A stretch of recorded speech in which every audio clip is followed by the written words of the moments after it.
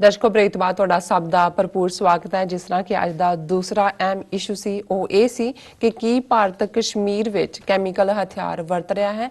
इस उपर डॉक्टर साहब ने बहुत ही वधिया विस्तारपूर्वक तरीके नाल अपने विचार तुहाडे नाल साझे कीते ने। आई होप तुहानूं सारिਆਂ ਨੂੰ पसंद आए होणगे। सो इसे सैगमेंट विच आपां जो तुहाडे कमेंट्स ने ਉਹ शेयर करन जा रहे हैं। सो इस तो पहला थर्ड वाला अज दा अहम इशू होएगा। ਅਸੀਂ ਚਾਹਾਂਗੇ कि तुसीं ਸਾਡੇ ਨਾਲ इसे तरह ही बने रहना। लिखण ਲਈ ਤੁਹਾਡਾ ਸਭ ਦਾ बहुत बहुत शुक्रिया जी। डॉक्टर साहब की कहना चाहोगे?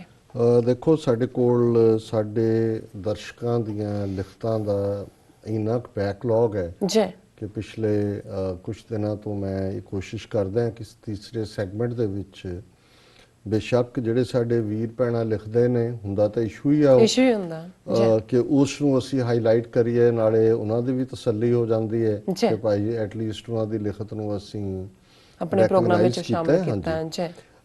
और सानू जहीर खान जी की एक लिखत और मैनू खुशी हुई कि उन्होंने गुरमुखी स्क्रिप्ट दे विच लिखा है। सो नाइस, बड़ी शॉर्ट है उन्होंने लिखत, पर इस गुरमुखी दा मतलब उन्होंने इनू सीखण की कोशिश की है और कुछ ना कुछ इस दे उत्ते काम कर रहे हैं।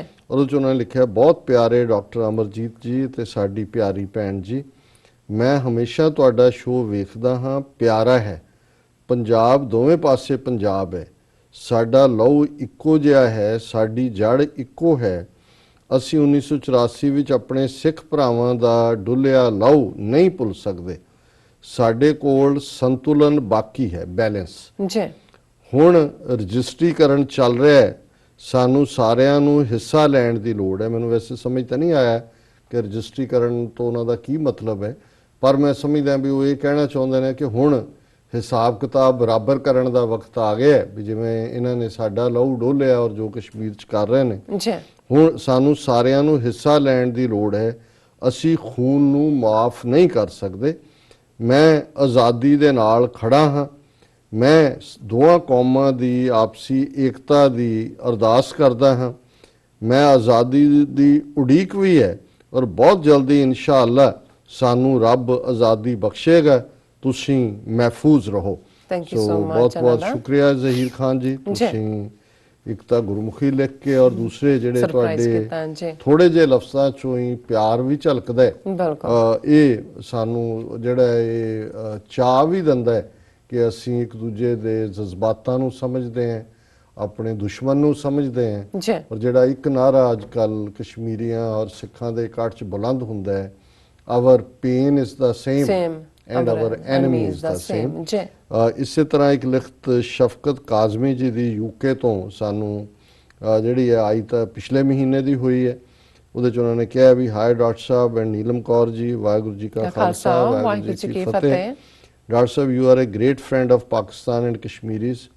आई don't remember that I have missed any of your programmes for last 6 months। You have complete command on world issues, that is why a lot of Pakistani and Kashmiris watch your program with passion and attention, but only one request, Dr. Sahib, please not to represent Imran Khan as a popular leader of Pakistan. If opposition say him selected Prime Minister, there is solid reason behind this argument, because Pakistani establishment has imposed him on Pakistan with the help of Pakistani judiciary.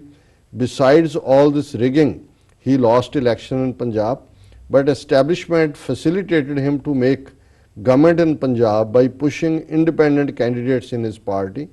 In free and fair election, he couldn't even win 50 seats. So Dr. Sahib, as you are one of the fans, I'll request you to address all Pakistani and Kashmiris. They will give you and Khalistan cause more strong support।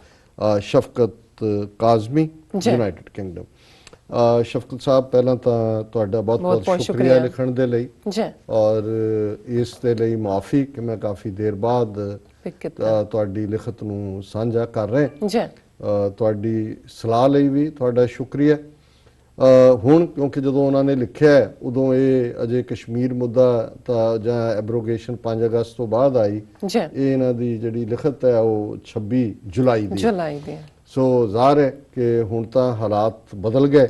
सो मेरा ख्याल है कि भी घट्टो घट्ट कुछ वक्त लई सही ਜਦੋਂ ਤੱਕ ਕਸ਼ਮੀਰ ਦਾ ਮੁੱਦਾ ਕਿਸੇ ਪਾਸੇ ਨਹੀਂ ਲੱਗਦਾ, ਇਮਰਾਨ ਖਾਨ ਸਾਹਿਬ ਦੀ ਕਿਆਦਤ ਦੇ ਵਿੱਚ ਐਜ਼ ਏ ਨੈਸ਼ਨਲਿਸਟ ਤੁਸੀਂ ਸਾਨੂੰ ਵੀ ਪਿਆਰ ਕਰਦੇ ਹੋ, ਆਪਣੇ ਮੁਲਕ ਨੂੰ ਪਿਆਰ ਕਰਦੇ ਹੋ, ਔਰ ਮੈਂ ਸਮਝ ਸਕਦਾ ਤੁਹਾਡੇ ਜਜ਼ਬਾਤਾਂ ਨੂੰ ਵੀ। ਔਰ ਮੈਨੂੰ ਪਤਾ ਹੈ ਵੀ ਕਈ ਵਾਰ ਕਈ ਚੀਜ਼ਾਂ ਜਿਹੜੀਆਂ ਨੇ ਉਹ ਧੱਕੇਸ਼ਾਹੀ ਦਾ ਹਿੱਸਾ ਸਾਡੇ ਉਸ ਤਹਿਜ਼ੀਬ ਦਾ, ਔਰ ਉਹ ਵੀ ਇੱਕ ਅਨਿੱਖੜਵਾਂ ਅੰਗ ਹੈ, ਤੇ ਜਿਹਦੇ ਹੱਥ ਵੀ ਪਾਵਰ ਕਦੇ ਆਈ ਹੈ ਜਾਂ ਕਈ ਪਾਵਰ ਤੱਕ ਪਹੁੰਚਣ ਲਈ ਵੀ ਹਰ ਇੱਕ ਨੇ ਅੱਟੀਆਂ ਸੱਟੀਆਂ ਰਲਾਈਆਂ। ਜੇ ਹੁਣ ਮੈਂ ਇਸ ਵੇਰਵੇ ਵਿੱਚ ਚਲਾ ਗਿਆ ਕਿ ਉੱਥੇ ਪਾਵਰ ਕਦੋਂ ਕਿਹਨੇ ਐਸਟੈਬਲਿਸ਼ਮੈਂਟ ਨਾਲ ਰਲ ਕੇ ਲਈ ਹੈ, ਤੇ ਫਿਰ ਜਿਹੜੇ ਦੂਸਰਿਆਂ ਨੂੰ ਵੀ ਲੱਗੇਗਾ ਵੀ ਇਹ ਤਾਂ ਹੁਣ।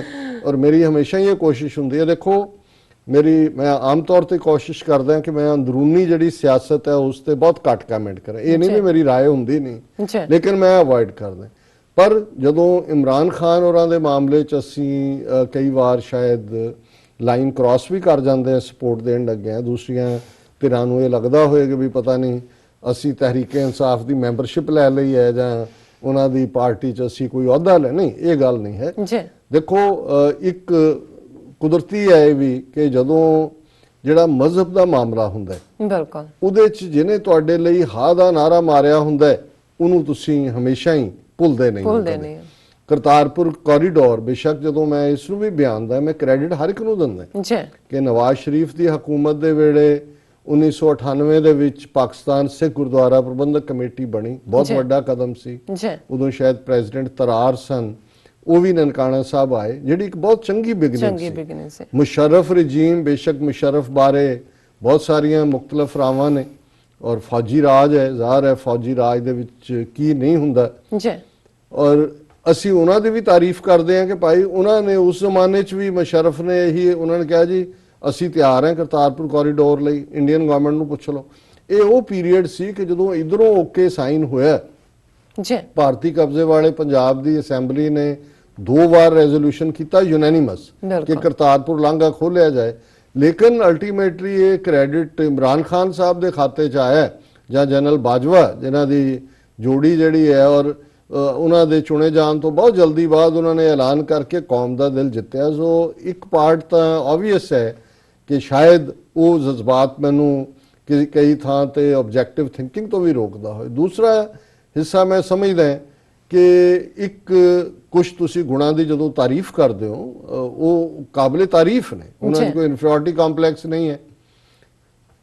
ਇਹ ਵੀ ਗੱਲ ਬਿਲਕੁਲ ਕਲੀਅਰ ਹੈ ਵੀ ਘੱਟੋ ਘੱਟ ਹੁਣ ਤੱਕ ਕੱਲ ਨੂੰ ਕੋਈ ਕਰਪਸ਼ਨ ਚਾਰजेस ਨਿਕਲ ਆਣ, ਕੋਈ ਹੋਰ ਹੋਏ ਕਿ ਉਹਨਾਂ ਨੇ ਆਪਣੇ ਸ਼ੌਕਤ ਖਾਨਮ ਮਾਂ ਦੇ ਨਾਂ ਤੇ ਜਿਹੜਾ ਉਹਨਾਂ ਹਸਪੀਟਲ ਬਣਾਇਆ ਸ਼ੁਰੂ ਕਰਕੇ ਇੱਕ ਚੰਗਾ ਕੰਮ ਕੀਤਾ, ਕੋਈ ਇਸ ਕਿਸਮ ਦੀ ਗੱਲ ਸਾਹਮਣੇ ਨਹੀਂ ਹੈ। ਬਾਕੀ ਠੀਕ ਹੈ ਅੰਦਰੂਨੀ ਤੌਰ ਤੇ ਉਹੀ ਮੌਕਾ ਪ੍ਰਸਤ ਜਿਹੜੇ ਕਦੇ ਇੱਕ ਪਾਰਟੀ 'ਚ ਸੀ ਕਦੇ ਦੂਸਰੀ 'ਚ ਸੀ, ਉਹਨਾਂ ਨਾਲ ਹੀ ਜੇ ਹੁਣ ਉਹ ਚੰਗੀ ਤਰ੍ਹਾਂ ਅੰਦਰੂਨੀ ਮਾਮਲਿਆਂ 'ਚ ਡਿਲੀਵਰ ਨਹੀਂ ਕਰ ਪਾ ਰਹੇ, ਉਹਦਾ ਇੱਕ ਕਾਰਨ ਵੀ ਇਹੀ ਹੈ ਕਿ ਤੁਸੀਂ ਫਿਰ ਮੌਕਾ ਪ੍ਰਸਤਾਂ ਦੀ ਟੀਮ ਦੇ ਨਾਲ ਹੀ ਅੱਗੇ ਤੁਰਨਾ ਚਾਹੁੰਦੇ ਹੋ। ਲੇਕਿਨ ਇੱਕ ਗੱਲ ਜਿਹੜੀ ਉਹਨਾਂ ਨੂੰ ਸ਼ਫਕਤ ਸਾਹਿਬ ਭਰੋਸਾ ਰੱਖਣ ਕਿ ਮੇਰੀਆਂ ਮਨ ਦੀਆਂ ਨਜ਼ਰਾਂ ਸਾਹਮਣੇ ਹਮੇਸ਼ਾ ਮੁਲਕ ਹੁੰਦਾ ਹੈ, ਪਾਕਿਸਤਾਨ ਹੁੰਦਾ ਹੈ, ਪਾਕਿਸਤਾਨ ਦੇ ਅਵਾਮ ਹੁੰਦੇ ਨੇ। ਅਸੀਂ ਕਿਸੇ ਦੇ ਨਾਲ ਵੀ ਕੋਈ ਇਸ ਕਿਸਮ ਦਾ ਕੋਈ ਸਾਡਾ ਕਿਸੇ 'ਚ ਵੈਸਟਡ ਇੰਟਰਸਟ ਨਹੀਂ, ਅਸੀਂ ਇਹੀ ਸਮਝਦੇ ਹਾਂ ਵੀ ਦੋਨੋਂ ਕੌਮਾਂ ਦੀ ਸਾਂਝ ਵੀ ਹੋਏ, ਅਸੀਂ ਨੇੜੇ ਵੀ ਆਈਏ ਔਰ ਇੱਕ ਦੂਸਰੇ ਦੇ ਨਾਲ ਪਿਆਰ, ਔਰ ਸਾਡਾ ਜਿਵੇਂ our pain is the same our enemy is the same. ਔਰ ਹੁਣ ਤੁਸੀਂ ਮਾਈਕ ਲੈਣਾ, ਮਾਈ ਟਰਨ ਬਿਕੋਜ਼ ਟਾਈਮ ਘੱਟ ਹੈ। ਸੁਰਿੰਦਰ ਜੀ ਸਾਨੂੰ ਪਹਿਲੇ ਸੈਗਮੈਂਟ ਤੇ ਲਿਖਦੇ ਨੇ, ਜਿਵੇਂ ਪਾਕਿਸਤਾਨ ਨੇ ਭਾਰਤ ਦੇ ਇਹ ਰੂਟ ਬੰਦ ਕੀਤੇ ਸਨ, ਇਸੇ ਤਰ੍ਹਾਂ ਭਾਰਤ ਦੇ ਅਰਥ ਦੇਸ਼ਾਂ ਨੂੰ ਜਾਂਦੇ ਸਮੁੰਦਰੀ ਜਹਾਜ਼ਾਂ ਦਾ ਰੂਟ ਬੰਦ ਕਰ ਸਕਦਾ ਹੈ। ਆਮ ਲੋਕਾਂ ਨੂੰ ਸ਼ਾਇਦ ਇਸ ਗੱਲ ਦੀ ਘੱਟ ਜਾਣਕਾਰੀ ਹੈ ਕਿ ਜੰਗ ਕਿਸ ਰਣਨੀਤੀ ਨਾਲ ਲੜੀ ਜਾਂਦੀ ਹੈ। ਇਸ ਗੱਲ ਦਾ ਖਦਸ਼ਾ ਭਾਰਤ ਦੇ ਫੌਜੀ ਮਾਹਰ ਕਰ ਚੁੱਕੇ ਹਨ। ਭਾਰਤ ਦਾ ਚਾਬਹਾਰ ਈਰਾਨ ਦੀ ਬੰਦਰਗਾਹ ਨਾਲੋਂ ਰਸਤਾ ਕੱਟਿਆ ਜਾ ਸਕਦਾ ਹੈ। ਇਸ ਰਣਨੀਤੀ ਨੂੰ ਚੀਨ, ਪਾਕਿਸਤਾਨ, ਭਾਰਤ, ਈਰਾਨ ਚੰਗੀ ਤਰ੍ਹਾਂ ਜਾਣਦਾ ਹੈ। ਅਮਰੀਕੀ ਫੌਜ ਜੋ ਅਫਗਾਨਿਸਤਾਨ ਵਿੱਚ ਬੈਠੀ ਹੈ ਉਸ ਨੂੰ ਸਾਰੀ ਰਸਦ ਗੋਲਾ ਬਰੂਦ ਗਵਾਦਰ ਬੰਦਰਗਾਹ ਤੋਂ ਸਪਲਾਈ ਹੁੰਦਾ ਹੈ। ਅਫਗਾਨਿਸਤਾਨ ਨੂੰ ਸਾਰੀ ਰਸਦ ਗਵਾਦਰ ਜਾਂਦੀ ਹੈ ਗਵਾਦਰ ਚੀਨ, ਰੂਸ, ਅਫਗਾਨਿਸਤਾਨ, ਉਜ਼ਬੇਕਿਸਤਾਨ, ਕਾਜ਼ਕਿਸਤਾਨ, ਤੁਰਕਮੇਨਿਸਤਾਨ ਲਈ ਗਵਾਦਰ ਬੰਦਰਗਾਹ ਮੁੱਖ ਦਰਵਾਜ਼ਾ ਹੈ। ਗਵਾਦਰ ਜਿਸ ਨੇ ਜਿਸ ਤੇ ਚੀਨ ਸਰਮਾਇਆ ਆਪਣੇ ਵਪਾਰਕ ਹਿੱਤਾਂ ਲਈ ਲਾ ਰਿਹਾ ਹੈ ਉਹ ਸੀ ਪੈਕ ਵਿੱਚ ਰੁਕਾਵਟ ਨੂੰ ਕਿਸੇ ਕੀਮਤ ਤੇ ਬਰਦਾਸ਼ਤ ਨਹੀਂ ਕਰੇਗਾ। ਚੀਨੀ ਫੌਜ ਪਾਕ ਫੌਜ ਗਵਾਦਰ ਪੋਰਟ ਦੀ ਹਿਫਾਜ਼ਤ ਕਰ ਰਹੇ ਹਨ। ਗਵਾਦਰ ਪੋਰਟ ਕੰਮ ਕਰ ਰਹੀ ਹੈ, ਲੇਕਿਨ ਸੀ ਪੈਕ ਦਾ ਕੰਮ ਮੁਕੰਮਲ ਹੋਣ ਤੇ ਇਸ ਗਵਾਦਰ ਪੋਰਟ ਨੇ ਇਸ ਖਿੱਤੇ ਵਿੱਚ ਖੁਸ਼ਹਾਲੀ ਲੈ ਕੇ ਆਉਣੀ ਹੈ। ਅਗਰ ਇਹ ਸੀ ਪੈਕ ਕਰਤਾਰਪੁਰ ਕੋਰੀਡੋਰ ਨਾਲ ਮਿਲ ਜਾਂਦਾ ਹੈ, ਪੰਜਾਬ ਦੇ ਦਿਨ ਬਦਲ ਸਕਦੇ ਹਨ। ਪੰਜਾਬ ਦੀਆਂ ਜਿਣਸਾਂ ਯੂਰਪ, ਅਮਰੀਕਾ, ਅਫਰੀਕਾ ਦੀਆਂ ਮੰਡੀਆਂ ਵਿੱਚ ਮੁਨਾਫਾ ਕਮਾ ਸਕਦੀਆਂ ਹਨ, ਲੇਕਿਨ ਪੰਜਾਬ ਕਸ਼ਮੀਰ ਦੀ ਖੁਸ਼ਹਾਲੀ ਦੇ ਵੈਰੀ ਕਦੋਂ ਚਾਹੁਣਗੇ?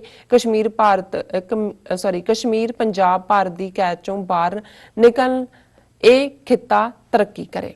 ਜੀ ਆਵਾਜ਼ੇ ਖਾਲਿਸਤਾਨ ਦੀ ਆਈਡੀ ਤੋਂ ਸਾਨੂੰ ਮੈਸੇਜ ਹੈ। ਉਹਨਾਂ ਨੇ ਲਿਖਿਆ ਕਿ there are several videos viral where Indian army officers are threatening Kashmiris that their children can only live up to 2 years and trying to scare the elders of dire consequences. ਸੋ ਕੁਲਦੀਪ ਸਿੰਘ ਜੀ ਇਹ ਤਾਂ ਸਾਰੇ ਢੰਗ ਤਰੀਕੇ ਉੱਥੇ ਜ਼ੁਲਮ ਦੇ ਅਪਣਾ ਰਹੇ ਨੇ, ਕੋਈ ਸ਼ੱਕ ਨਹੀਂ ਹੈ। ਜੀ ਕੁਲਦੀਪ ਸਿੰਘ ਜੀ ਸਾਨੂੰ ਫਤਿਹ ਬੁਲਾਉਂਦੇ ਨੇ, ਬਲਵਿੰਦਰ ਸਿੰਘ ਜੀ ਵੀ ਸਾਨੂੰ ਫਤਿਹ ਬੁਲਾਉਂਦੇ ਨੇ, ਦਰਸ਼ਨ ਸਿੰਘ ਜੀ ਵੀ ਫਤਿਹ ਬੁਲਾਉਂਦੇ ਨੇ, ਸਾਕਿਬ ਤਰਾਰ ਜੀ ਜੋ ਤੁਸੀਂ ਕਮੈਂਟ ਕੀਤਾ ਪਹਿਲੇ ਸੈਗਮੈਂਟ ਤੇ ਕਹਿੰਦੇ ਨੇ 100% ਐਗਰੀ। ਨਛੱਤਰ ਗਿੱਲ ਜੀ 2020 ਕਹਿੰਦੇ ਨੇ, ਫਿਰ ਸਾਕਿਬ ਤਰਾਰ ਜੀ ਕਹਿੰਦੇ ਨੇ ਕਿ ਫ੍ਰੀ ਕਸ਼ਮੀਰ ਫ੍ਰੀ ਖਾਲਿਸਤਾਨ। ਮਲਕੀਤ ਸਿੰਘ ਜੀ 2020 ਕਹਿੰਦੇ ਨੇ ਖਾਲਿਸਤਾਨ ਜ਼ਿੰਦਾਬਾਦ ਵੀ ਕਹਿੰਦੇ ਨੇ, ਔਰ ਬਾਦ ਸਿੰਘ ਜੀ ਕਹਿੰਦੇ ਨੇ never accept justice from Supreme Court of India. So Naveed Ahmed ji ਸਾਨੂੰ ਲਿਖਦੇ ਨੇ ਕਿ I have with the Kashmir brother and sister, Singh brother and sister, I want free Khalistan Kashmir. ਬਾਦ ਸਿੰਘ ਜੀ ਫਤਿਹ ਬੁਲਾਉਂਦੇ ਨੇ, ਦੀਪ ਸਿੰਘ ਸਾਨੂੰ ਲਿਖਦੇ ਨੇ ਆਜ਼ਾਦ ਪੰਜਾਬ ਆਜ਼ਾਦ ਕਸ਼ਮੀਰ ਐਂਡ ਨਵੀਦ ਅਹਿਮਦ ਜੀ ਕਹਿੰਦੇ ਨੇ ਤੁਹਾਨੂੰ ਪਿਆਰ ਕਰਦੇ ਨੇ ਔਰ ਕਹਿੰਦੇ ਨੇ ਕਿ I want free Khalistan free Kashmir ਕਹਿੰਦੇ ਨੇ। ਔਰ ਨਿੱਕਾ ਬਾਂਦਰ ਜੀ ਦੀ ਆਈਡੀ ਤੋਂ ਸਾਨੂੰ ਆਇਆ ਕਿ ਰਾਜ ਸਾਹਿਬ ਹੈ Neelam Kaur ji ਆਦਾਬ freedom can not ਓਬਟੇਨ without ਵਾਰ ਔਰ ਪ੍ਰੋਕਸੀ ਵਾਰ। ਸੋ ਜੈਸ਼ੀਨ ਸਿੱਦੀਕੀ ਜੀ ਕਹਿੰਦੇ ਨੇ ਕਿ ਕਮੈਂਟ ਤਾਂ ਬਹੁਤ ਚੰਗਾ ਹੁੰਦਾ, ਪਰ ਤੁਸੀਂ ਆਪਣੇ ਆਪ ਨੂੰ ਕਿਉਂ ਨਿੱਕਾ ਬਾਂਦਰ ਕਹਿੰਦੇ ਹੋ? ਤੁਸੀਂ ਤਾਂ ਗੱਲ ਸ਼ੇਰਾਂ ਵਾਂਗ ਕਰਦੇ ਹੋ। ਜਿਹੜੀ ਵਾਰ ਤੇ ਜੰਗ ਦੀ ਗੱਲ ਕਰਨ ਵਾਲੇ ਬਾਂਦਰ ਤਾਂ ਨਹੀਂ ਹੁੰਦੇ। ਨਿੱਕਾ ਬਾਂਦਰ ਜੀ ਆਪਣੀ ਆਈਡੀ ਚੇਂਜ ਕਰੋ, ਨੇਮ ਆਈਡੀ ਚੇਂਜ ਕਰੋ, ਕੋਈ ਵਧੀਆ ਲਿਖੋ, ਬੱਬਰ ਸ਼ੇਰ ਲਿਖੋ ਜਾਂ ਲਾਇਨ ਲਿਖੋ, ਕੁਛ ਨਾ ਕੁਛ ਇਸ ਤਰ੍ਹਾਂ ਲਿਖੋ। ਨਹੀਂ ਹੈ ਤਾਂ ਚੀਤਾ ਹੀ ਲਿਖੋ, ਚੀਤਾ ਹੀ ਲਿਖ ਦੋ।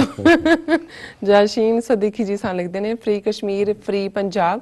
ਕੁਲਦੀਪ ਸਿੰਘ ਜੀ ਲਿਖਦੇ ਨੇ doctor Sahib always very good and Naseem Akhtar ਜੀ ਤੁਹਾਨੂੰ ਲਿਖਦੇ ਨੇ ਪਿਆਰ। ਸੋ ਨਵੀਦ ਅਹਿਮਦ ਜੀ ਵੀ ਸਾਨੂੰ ਲਿਖਦੇ ਨੇ, ਤੁਹਾਨੂੰ ਲਿਖਦੇ ਨੇ ਪਿਆਰ। ਸੋ ਦੂਸਰੇ ਸੈਗਮੈਂਟ ਤੇ ਵੀ ਸਾਡੇ ਕਾਫੀ ਸਾਰੇ ਮੈਸੇਜ ਨੇ। ਸੋ ਸਰਦਾਰ ਜੱਕ ਮੰਗੋਲ ਜੀ ਲਿਖਦੇ ਨੇ love you Sahib, you are doing great work and ਉਹਨਾਂ ਦਾ ਫਿਰ ਮੈਸੇਜ ਆ ਗਿਆ ਕਿ free Kashmir free Khalistan. Harry Singh very nice ਕਹਿੰਦੇ ਨੇ। ਖਾਲਿਦ ਰਾਜਾ ਲਿਖਦੇ ਨੇ ਫ੍ਰੀ ਕਸ਼ਮੀਰ। ਦੀਪ ਸਿੰਘ ਜੀ ਹਮੇਸ਼ਾ ਤਰ੍ਹਾਂ ਮੈਸੇਜ ਲਿਖਦੇ ਨੇ ਆਜ਼ਾਦ ਪੰਜਾਬ ਆਜ਼ਾਦ ਕਸ਼ਮੀਰ। ਖਾਲਿਦ ਰਾਜਾ ਜੀ ਫਿਰ ਕਹਿੰਦੇ ਨੇ ਕਿ ਫ੍ਰੀ ਖਾਲਿਸਤਾਨ। ਸਰਦਾਰ ਯਕ ਮੰਗੋਲ ਕਹਿੰਦੇ ਨੇ ਕਿ big up Kashmir big up Khalistan and ਬਾਦ ਸਿੰਘ ਜੀ ਲਿਖਦੇ ਨੇ ਹਾਂਜੀ ਵਾਕਫ ਬਿਗ ਅਪ ਨਾ ਲਿਖਿਆ। ਅੱਛਾ ਚਲੋ ਬਿਗ ਅਪ ਜੀ। ਸੋ ਬਾਦ ਸਿੰਘ ਜੀ ਸਾਨੂੰ ਲਿਖਦੇ ਨੇ there are some news that RSS goons are being sent to Kashmir, it's testing RSS also. ਸੋ ਅਮਰਜੀਤ ਸੰਧੂ ਸਾਨੂੰ ਲਿਖਦੇ ਨੇ ਖਾਲਿਸਤਾਨ ਜ਼ਿੰਦਾਬਾਦ ਫਰੀडम 2020 ਐਂਡ ਸ਼ਾਹਿਬ ਰਾਜਪੂਤ ਲਿਖਦੇ ਨੇ ਆਈ ਲਵ TV 84 ਐਂਡ ਅਮਰਜੀਤ ਸੰਧੂ ਸਾਨੂੰ ਫਤਿਹ ਬੁਲਾਉਂਦੇ ਨੇ।